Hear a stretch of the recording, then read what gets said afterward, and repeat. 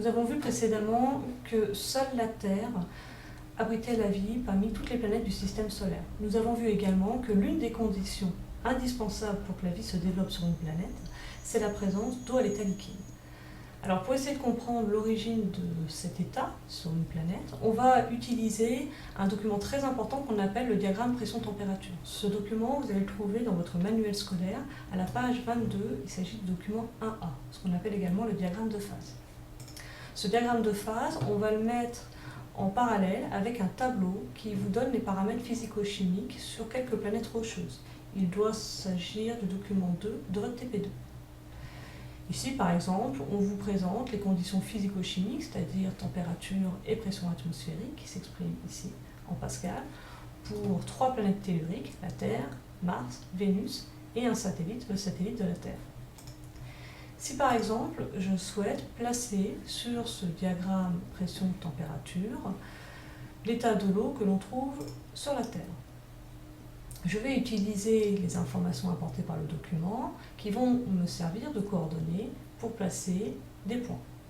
Alors revenons sur ce diagramme de phase. Vous pouvez remarquer que les 3 états de l'eau y sont indiqués, glace, liquide, vapeur, et qu'il y a des limites.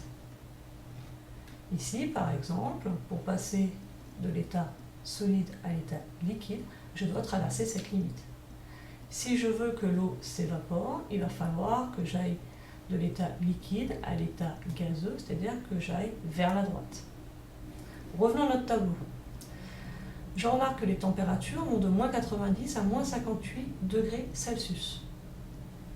Je vais donc aller sur l'axe des abscisses, qui me donne la variation de la température exprimée en degrés Celsius, et je vais placer ces 2 points. Vous pouvez remarquer qu'à chaque graduation, vous perdez 20 degrés ou vous gagnez 20 degrés.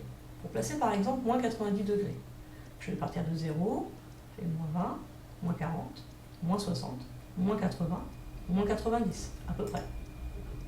Pour placer 58 degrés, c'est-à-dire aux alentours de 60 degrés, je pars de 0, plus 20, plus 40, plus 60. Concernant la pression atmosphérique, je me place sur l'axe des ordonnées. Malheureusement, la nature de l'axe a été effacée par le document, mais il s'y trouve bien. On est bien au niveau de la pression atmosphérique exprimée en Pascal. 10 puissance 1, 10 puissance 2, 10 puissance 3, 10 puissance 4, 10 puissance 5. Donc, sur la Terre, je trouve de l'eau essentiellement sous forme de glace, avec la banquise, calotte glaciaire que l'on trouve au niveau de l'Arctique et de l'Antarctique, et également sous forme d'eau liquide avec tous les océans, les lacs, les rivières, etc. Donc vous voyez qu'il va être très simple pour vous ensuite, si vous souhaitez connaître l'état de l'eau sur la Lune, sur Mars, sur Vénus, de placer grâce aux coordonnées apportées par ce tableau, utilisez le diagramme de phase, vous allez pouvoir déterminer l'état de l'eau.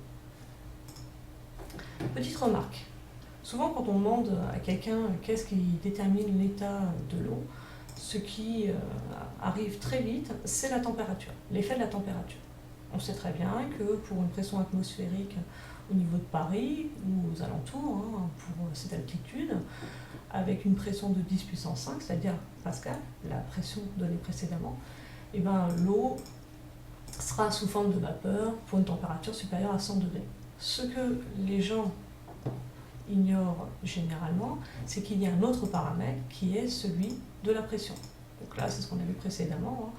On voit qu'il faut atteindre 100 degrés pour que l'on passe de l'eau liquide, représentée ici en bleu clair, à de l'état de vapeur qui se retrouve à droite de la limite. Si maintenant vous vous placez au niveau du Mont Blanc, c'est-à-dire à plus de 4810 mètres, la pression atmosphérique va être divisée par 2. Elle passe à 5 10 puissance 4. Donc là, je vais essayer de placer cette pression sur le diagramme de phase. 10 puissance 4, vous êtes ici. Donc 1 10 puissance 4, 2 10 puissance 4, 3 10 puissance 4, 4 10 puissance 4, 5 10 puissance 4. Ça y est, on y arrive. Et vous pouvez remarquer qu'il faut atteindre une température plus faible pour que l'on passe de l'état liquide de l'eau à son état gazeux. En effet, il faut atteindre seulement une température de 85 degrés si vous voulez faire bouillir de l'eau au niveau du Mont Blanc.